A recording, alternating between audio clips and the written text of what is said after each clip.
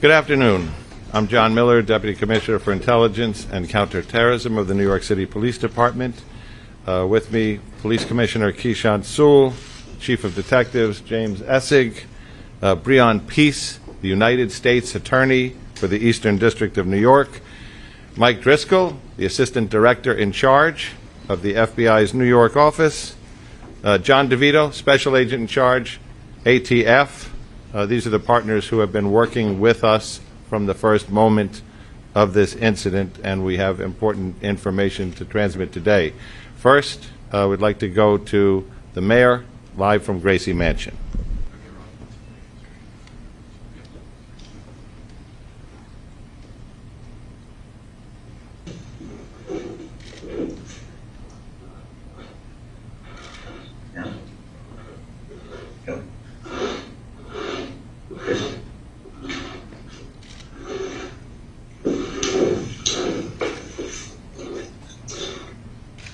My fellow New Yorkers,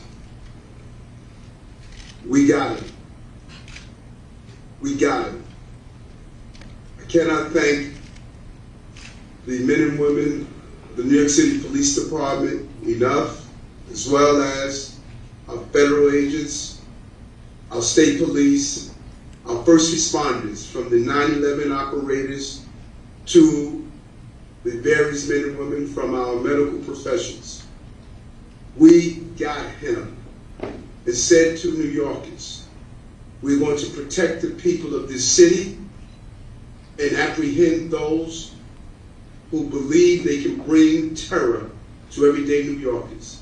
And I want to thank everyday New Yorkers who called in tips, who responded, who helped those passengers who were injured. 33 shots, but less than 30 hours later, we're able to say, we got him.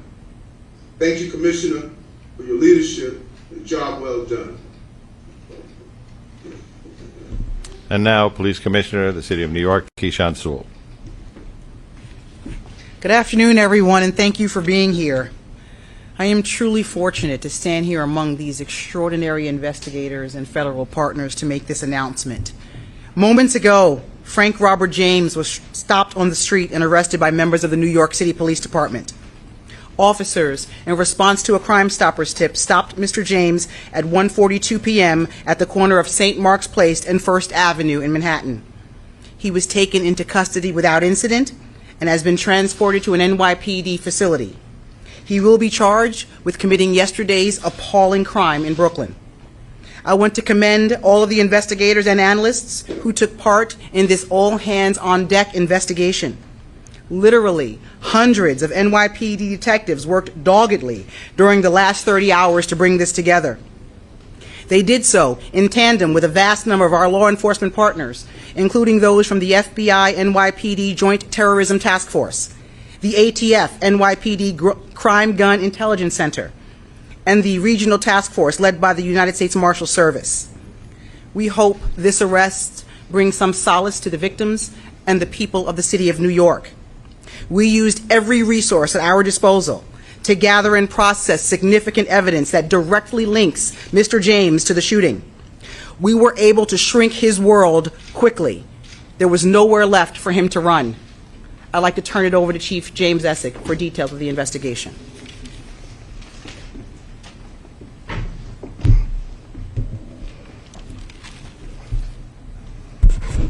Good afternoon, everybody. I'd like to update the public on yesterday's incident on the subway in Brooklyn on a Manhattan-bound N train. Through the course of this investigation, we developed additional information and evidence. Mr. Frank James, our person of interest, now became a wanted individual for yesterday's horrific incident. Mr. James is a male, 62 years old.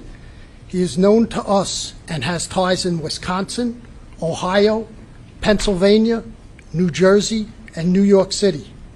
His arrest history in New York is 9 prior arrests, dating from 1992 to 1998. Those include possession of burglary tools 4 times, criminal sex act, theft of service 2 times, He was arrested on a New Jersey warrant. He also has a criminal tampering. He has 3 arrests in New Jersey, 1991, 1992, and 2007. They are for trespass, larceny, and disorderly conduct. So yesterday, we recovered video of him prior to the incident entering the Kings Highway subway station. He has the same black cart that he has later recovered on the crime scene. The pictures are to my right over here. This We'll make these available electronically after this. This station is 3 blocks from where we recovered the U-Haul truck that he rented in Philadelphia. The key to that truck was recovered at the crime scene. This jacket, the distinctive orange jacket, was also recovered, as well as his construction helmet he was wearing, and we recovered that in a garbage bin in transit. We believe, but this is still early in the investigation, that after firing his weapon 33 times at innocent New York City subway riders, Mr. James boarded an R train that had pulled into the station, went 1 stop up, and exited at 25th Street Station. We also have a picture of that. The gun used in this, a 9mm Glock, which was recovered at this crime scene, was purchased by Mr. James in 2011 in Ohio. We tracked Mr. James, and his last known whereabouts was 7th Avenue and 9th Street in Park Slope, entering the subway. Minutes ago, thankfully, NYPD patrol officers from the 9th Precinct responded to St. Mark's and 1st Avenue, where they apprehended him without incident.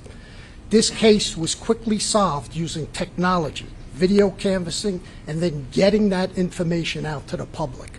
So I can't speak highly enough of the partners we had, the FBI, Mike Driscoll, ATF, John DeVito, U.S. District Attorney from Easton, Breon Peace, and the coordination and within the Detective Bureau, Tommy Gallardi from Intel, our Transit Bureau, our Patrol Services Bureau. Phenomenal job less than 30 hours later to arrest this individual. So with that, I'd like to turn it over to Breon Peace.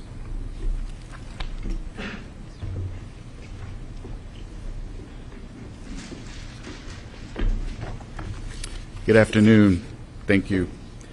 Yesterday was a dark day for all of us, but the bright spots of the incredible heroism of our fellow New Yorkers helping each other in a time of crisis, the quick response by our first responders, and the hard work by all of our law enforcement partners that has been ongoing is truly a bright spot here. Today, Frank James has been charged by complaint in Brooklyn Federal Court with 1 count of violating 18 U.S.C. sections 1992 A7 and B1, which prohibits terrorist and other violent attacks against mass transportation systems. He has been apprehended. He will be arraigned in federal court in Brooklyn, and if convicted, he will face a sentence of up to life imprisonment.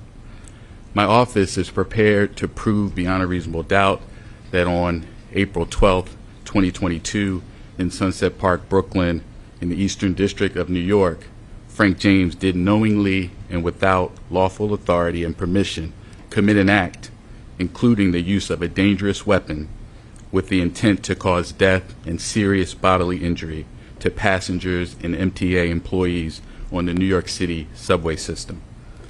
The government will prove, among other things, that James traveled across state lines in order to commit the offense and transported materials across a state line in aid of the commission of the offense. We, in the Eastern District of New York U.S. Attorney's Office, are working closely with all of our law enforcement partners, the FBI, NYPD, ATF, U.S. Marshal Service, and others, including the Kings County District Attorney's Office. And my office and our law enforcement partners will use every tool at our disposal to bring this individual justice and bring justice to New Yorkers and restore safety and peace of mind to all and will continue to do so as this case proceeds. Thank you.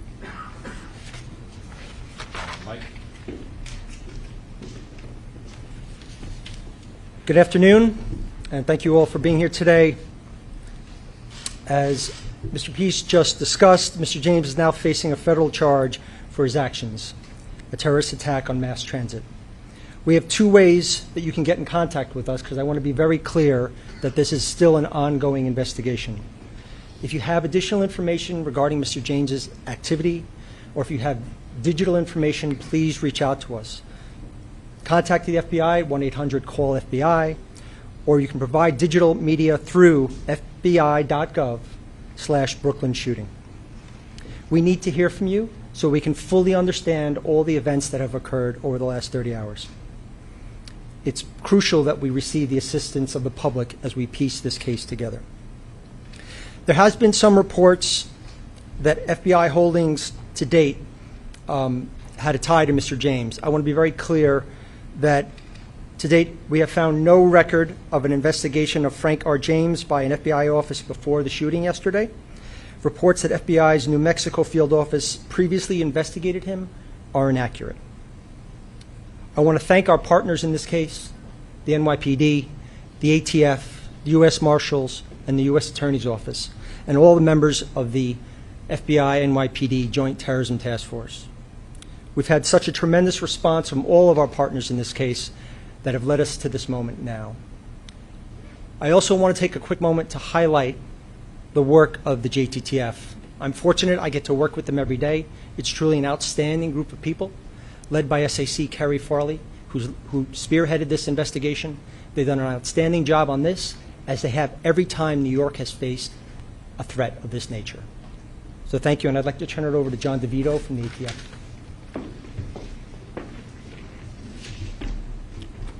Good afternoon, everyone. Again, my name is John DeVito. I'm the Special Agent in Charge for ATF here in New York State. One of the key points that A. Dick Driscoll pointed out was that we could not have done this without the public's help. First, let me say our thoughts and prayers and actions for the past 2 days have been with the victims as well as all New Yorkers.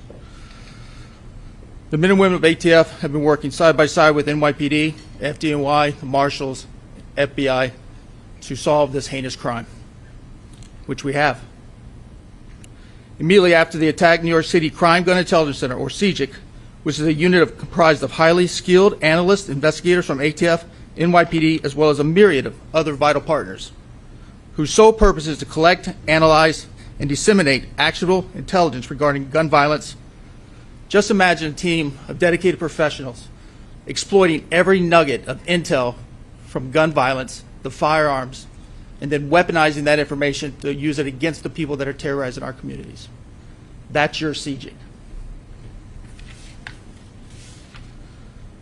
The timeline on this gun's life spans 16 years in 5 states.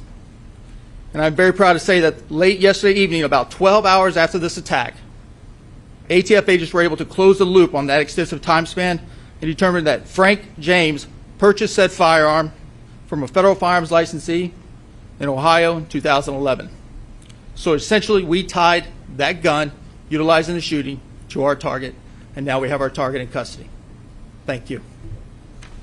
Okay, we're going to be in that we've told you almost everything we have to say, able to answer some very limited questions. Tina. Can you tell us a little bit about the Crime Stoppers? There's some reports he called himself in. Is that true? There was a person who called Crime Stoppers. We're reviewing who exactly made that call. Rocco? Commissioner, we'll repeat that for another one. He alludes in one of his videos to yesterday's date. Does that date have any significance? And is it clear yet what the motivation was for the shooting? I think first and foremost, we were looking to get this guy off the street before he did any more carnage, brought any more carnage to the city. As to the investigation into the motive and to look and scour his social media, that's still part of the ongoing investigation. But again, first and foremost, we wanted to take him off the street. The investigation is continuing into the motive, into his social media postings. Bloomberg. You said Mr. James walked into a Park Slope subway station. What time was that, and what was he doing in between then and when you guys caught him? That was 9:15 yesterday. So the incident occurs at 8:24. So he leaves, he exited the 25th Street Station House shortly after 8:24. The R train pulls in. We catch him next going into a Park Slope on 7th Avenue and 9th Street at 9:15. And then we grab him today. But we had literally hundreds of detectives out scouring video throughout the crime scene and beyond. And so this is 9 a.m.? Excuse me? 9 a.m. that he goes into Park Slope? Yes, that was him. Yesterday at 9:15. All right, Mark. And do you have any idea where he was previously today? Any ideas on his whereabouts? Was he being tracked in any way? Did he say anything when he was arrested? No, his arrest was just literally minutes ago. So we haven't even, we just arrived at the precinct shortly. As to his whereabouts, that's part of the investigation. Detectives are out going through video canvases, and we're going to backtrack that, and that will take literally weeks. Katie. A two-part question. The first is, did the NYPD previous to yesterday's attack have any complaints, or did they look into any of the cameras being out, not just at 36th Street, but at 45th and 25th?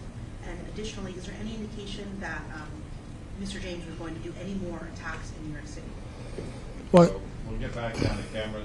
After the second part. yeah, as far as them doing any more attacks, that's again, that's part of the investigation. Our main focus was to take him off the street immediately. And do you know how? Look, go ahead. Do you know how he purchased the gun? If he had a criminal record?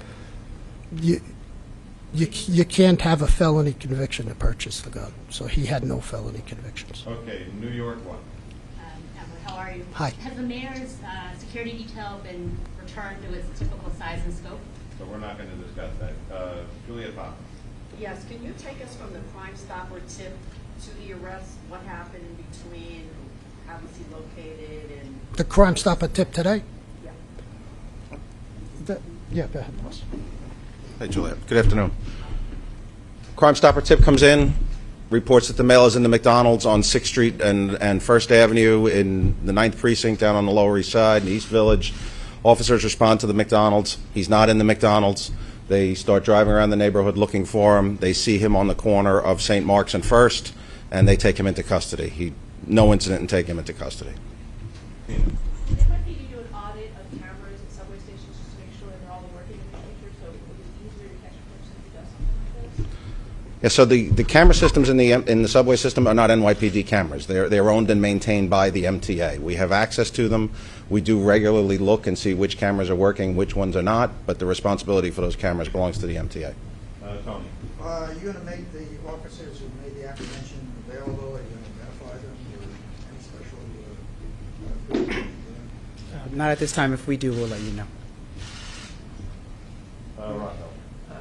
Chief, in interviews that took place throughout the day yesterday with any of the surviving victims as well as people who were on the train, have you been able to glean anything about what he said or did on the train that yields a little bit more about his motivation, about what he intended to do?